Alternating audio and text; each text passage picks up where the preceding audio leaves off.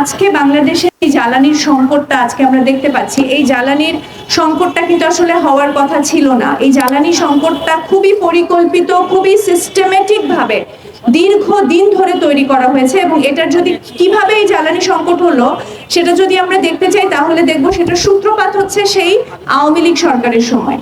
আওয়ামী লীগ সরকারের সময়ে বিভিন্ন সময়ে জ্বালানি খাতে যে ভয়াবহ দুর্নীতি হয়েছে, লুটপাট হয়েছে, জ্বালানি আমাদের নিজস্ব যে জ্বালানি, আমাদের নিজস্ব যে গ্যাস খাত ছিল, নিজস্ব যেই সৌর বিদ্যুতের সম্ভাবনা ছিল, সেই সমস্ত কিছুকে বাদ দিয়ে বিদেশি কোম্পানির হাতে যেভাবে আমাদের গ্যাস খাতকে দিয়ে দেওয়া হয়েছে, যেভাবে Russian company, American company, Chinese company, Indian company সবাই আমাদের দেশে জ্বালানি মন্ত্রণালয়ে গিয়ে বসে থাকতো। জ্বালানি মন্ত্রণালয় ছিল একটা কমিশন বাণিজ্যের, একটা লুটপাটের জায়গা।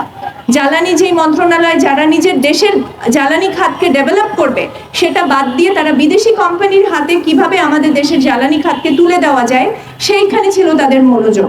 এবং যে কারণে দীর্ঘ 10 বছর ধরে আমরা দেখেছি বাংলাদেশের জ্বালানি খাতটাকে ডেভেলপ করা হয় নাই এবং বিদেশি কোম্পানির উপর নির্ভরশীলতা তো আছেই। আমাদের পুরো খাতটাকে বাইরে থেকে এলএনজি বা গ্যাস আমদানির উপর মানে টোটালি সম্পূর্ণভাবে নির্ভরশীল করে দেওয়া হলো।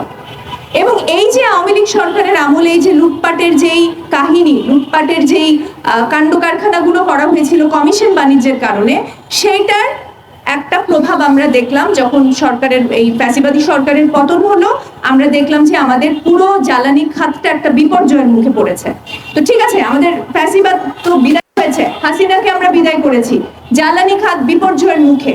এর পরবর্তী যে গভর্নমেন্ট আসলো, অন্তর্বর্তীকালীন সরকার, তার দায়িত্ব কি ছিল?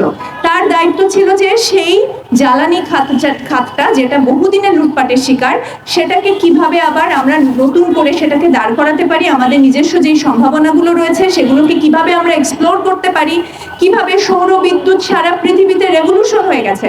ইন্ডিয়ার দিকে তাকান, চায়নার দিকে তাকান, পাকিস্তানের দিকে তাকান, ভিয়েতনামের দিকে তাকান। সৌর বিদ্যুৎ ইন্ডিয়া করেছে লক্ষ লক্ষ মেগাওয়াট, পাকিস্তান করেছে 30,000 মেগাওয়াট, ভিয়েতনাম শুধুমাত্র বাড়ির ছাদ থেকে 9,000 মেগাওয়াট হচ্ছে সৌর বিদ্যুৎ করেছে। এবং যেহেতু তারা সৌর বিদ্যুতে মনোযোগ দিয়েছিল, তাদের কিন্তু আজকে এই ধরনের পেট্রোল সংকটের সম্মুখীন হতে হচ্ছে না। আজকে তারা কিন্তু এই পেট্রোলের আমাদের দেশে যে ভয়াবহ অবস্থা, এরকম ভয়াবহ অবস্থায় তাকে পড়তে হয়নি।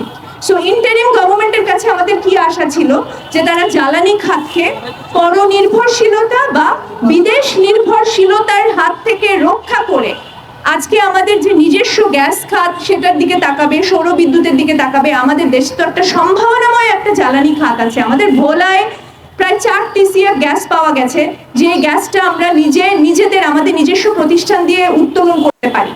কিন্তু আমরা আমাদের সৌর বিদ্যুতের অসীম সম্ভাবনা, পাকিস্তান যদি পারে আমাদের না পারার কোনো কারণ নাই, ভারত পারলে আমাদের না পারার কোনো, সেই পথে না গিয়ে দেখেন আমি আসছি যে কেন আজকে আমরা এই মার্কিন চুক্তির বিরুদ্ধে আমাদেরকে দাঁড়াতে হচ্ছে।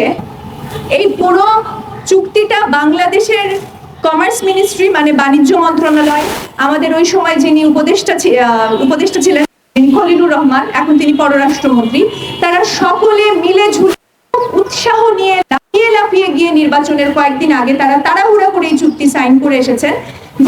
আবারও ওই আওয়ামী লীগ সরকারের যে ভয়ঙ্কর নীতি, জ্বালানি পরনির্ভরশীলতা, বিদেশ থেকে যে আমাদের জ্বালানি কিনে আমাদেরকে বাঁচতে হবে, আমাদের নিজস্ব জ্বালানি খাতকে ডেভেলপ না করে বিদেশের উপর নির্ভরশীলতা, সেই একই নীতি তারা ফলো করলেন।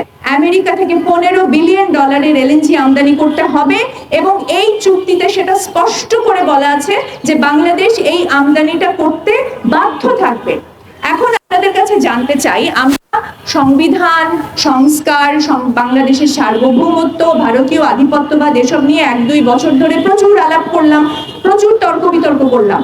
তো আমি যখন সংবিধান নিয়ে এত চিন্তিত, দেশের সার্বভৌমত্ব নিয়ে এত চিন্তিত, ভারতীয় আধিপত্যবাদ নিয়ে আমরা এত কথা বললাম, আর শেষ পর্যন্ত গিয়ে আমার কি হলো ঘটনাটা, যে আমার এখন আমেরিকার হাতে আমি আমার এমন একটা চুক্তি করলাম যেখানে শুধুমাত্র জ্বালানি খাত না, আমার দেশে যতগুলো গুরুত্বপূর্ণ লোকাল ইন্ডাস্ট্রি আছে, আমার যেসব স্থানীয় শিল্প আছে, সেই সব কিছু আমি আমেরিকার হাতে তুলে দিলাম। কিভাবে তুলে দিলাম? আপনি যদি চুক্তির ধারাগুলো পড়েন, আমি এখানে বলতে বাধ্য হচ্ছি, আমরা যারা মার্কিন চুক্তিটা আমরা যারা পড়ছিলাম, যারা পড়েছি এখানে, আমরা কয়েক রাত ঘুমাতে পারি নাই। আমি নিজে ব্যক্তিগতভাবে আমি কয়েক রাত ঘুমাতে পারি নাই যে কিভাবে এটা সম্ভব। কোনো একটা দেশের বাণিজ্য মন্ত্রণালয় এত বড় বেইমানি নিজের দেশের সাথে, নিজের দেশের স্বার্থের সাথে, নিজের দেশের মানুষের সাথে এত বড় বেইমানি, এত বড় গাদ্দারি কিভাবে করতে পারে যে নিজের দেশের লোকাল শিল্পের সমস্ত স্বার্থকে জলাঞ্জলি দিয়ে সে আমেরিকার হাতে পুরো মার্কেটটা ছেড়ে দিতে পারে? এটা কি করে সম্ভব? মানুষের মধ্যে ন্যূনতম দেশপ্রেম, ন্যূনতম বিবেক, ন্যূনতম দায়িত্ববোধ থাকলে আসলে একটা দেশের পুরো লোকাল মার্কেট, একটা দেশের স্থানীয় সমস্ত শিল্প, একটা দেশের কৃষি খাত, শিল্প খাতকে কিভাবে আরেকটা দেশের হাতে তুলে দেওয়া যায়, এই কাণ্ডটা কিন্তু ইন্টারিম গভর্নমেন্ট করে গেছে। এবং তারপর দুঃখজনকভাবে আমরা দেখতে পাচ্ছি, আমরা আশা করছিলাম যে বিএনপি গভর্নমেন্ট এসে পার্লামেন্টে তারা এই চুক্তি বাতিল করবে, এই আশাটা আসলে দুরাশাই। কারণ এতদিন ধরে সংসদে অধিবেশন চলছে, একটা বারের জন্য মার্কিন চুক্তি নিয়ে একটা শব্দ কেউ বলছে না। সংবিধান, সংস্কার, সার্বভৌমত্ব ইত্যাদি এসব নিয়ে আমরা অনেক লম্বা লম্বা লেকচার শুনছি, ঠিক আছে, তারা করেন, ভালো কথা। কিন্তু এই যে একটা দেশ বিপদে পড়তে যাচ্ছে, আজকে আমাদের যে জ্বালানি সংকট, এই জ্বালানি সংকট যে আরো বেশি ঘনীভূত হবে, কোনোভাবেই যে এই সংকট থেকে আমরা বের হতে পারবো না যদি আমরা এই মার্কিন চুক্তিটা সত্যিকার অর্থে পাশ করতে দেই। মার্কিন চুক্তি যদি বাতিল না হয় তাহলে কোনোভাবেই পরনির্ভরশীলতা থেকে আমাদের আর বের হওয়ার কোনো উপায় থাকবে না। তো এরকম একটা চুক্তি তারা করেছেন, এটা আওয়ামী লীগের সময় থেকে এই চুক্তির প্রিপারেশন হয়েছে। আওয়ামী লীগ তো আমাদের অনেক অর্থনীতির 12টা বাজিয়ে দিয়ে গেছে। এরপর ইন্টারিম গভর্নমেন্ট এসে আবার এই চুক্তি করে দেশকে একটা সুদূর প্রসারী ভবিষ্যতের একটা দাসখতের ভিতরে তারা ঢুকিয়ে দিয়ে গেছে। এবং এখন বিএনপি গভর্নমেন্ট এসে পার্লামেন্টে এগুলো আলোচনা করার বদলে এত গুরুত্বপূর্ণ একটা ইস্যু, আমার দেশের জ্বালানি, আমার দেশের লোকাল শিল্প, আমার দেশের গার্মেন্টস, আমার দেশের পোল্ট্রি, আমার দেশের ডেইরি শিল্প, আমার দেশের কৃষি খাত, আমার দেশের অ্যাগ্রোকেমিক্যাল ইন্ডাস্ট্রি, আমার দেশের ই-কমার্স, এগুলো আমার দেশের গুরুত্বপূর্ণ ইন্ডাস্ট্রি। এই প্রত্যেকটা ইন্ডাস্ট্রিকে কিভাবে তারা একটা আমেরিকার মার্কেটের হাতে, আমেরিকার পণ্যের হাতে, কিভাবে শুল্কমুক্ত আমেরিকার পণ্যের হাতে ছেড়ে দিচ্ছে, কিভাবে আরেকটু ভালো করে বলি। যেমন ধরেন আমাদের দেশে পোল্ট্রি খাত আছে, ডেইরি খাত আছে, বিপুল বিপুল সংখ্যক মানুষ এই সমস্ত পোল্ট্রি এবং ডেইরি খাতে কাজ করে, প্রায় 60 লক্ষ মানুষ। অর্থাৎ গার্মেন্টসে যত আমার শ্রমিক আছে তার চেয়ে অনেক বেশি শ্রমিক আছে গ্রামীণ অর্থনীতিতে পোল্ট্রি এবং ডেইরি করে তারা বেঁচে থাকেন।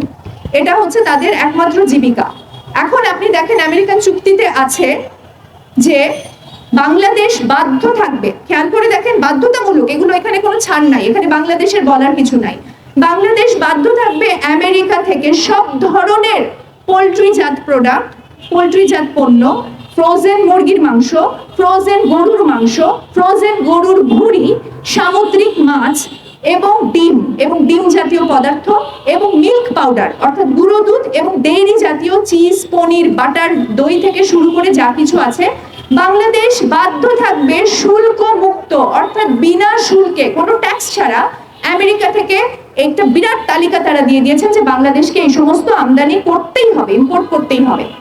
এখন আপনি চিন্তা করে দেখেন, অনেকে বলতে পারে, অনেকে এই প্রশ্নটা করে যে আমেরিকার জিনিসের তো দাম বেশি, ওদের আমরা এখানে 10 টাকা 12 টাকায় ডিম পাই, আমেরিকা থেকে যদি আমরা এখন ডিম কিনি বা আমরা যদি গরুর মাংস কিনি তাহলে কি আসলে আমেরিকা কি বাংলাদেশের মার্কেটে এত সস্তায় দিতে পারবে? এখানে খেয়াল করেন, এটা বহু বছর যাবত এটা আমেরিকার কৌশল হচ্ছে, সে প্রথমে অল্প দামে একটা স্বল্পোন্নত দেশের মার্কেটে ঢোকে। সে যখন ঢোকে, তার কোম্পানি যখন পণ্য নিয়ে ঢোকে, সেটা গরুর মাংস, মুরগির মাংস, মিল্ক পাউডার যাই হোক না কেন, সে কিন্তু লোকাল মার্কেটের যে দামটা তার চেয়ে ইচ্ছা করে একটা লো প্রাইস বা কম দামে সে ওই মার্কেটের ভেতরে প্রথমে ঢোকে। তারপর সে আস্তে আস্তে লোকাল শিল্পগুলোকে হটাতে থাকে, অর্থাৎ লোকাল শিল্প যেন কম্পিটিশন করে, প্রতিযোগিতা করে টিকতে না পারে সেরকম একটা ব্যবস্থা তৈরি করে। লোকাল ডেইরি, লোকাল পোল্ট্রি যখন আস্তে আস্তে সরে যাবে আমেরিকার সস্তা জিনিসের সাথে প্রতিযোগিতা করতে না পেরে, তখন তারা দামটা বাড়িয়ে দেয়।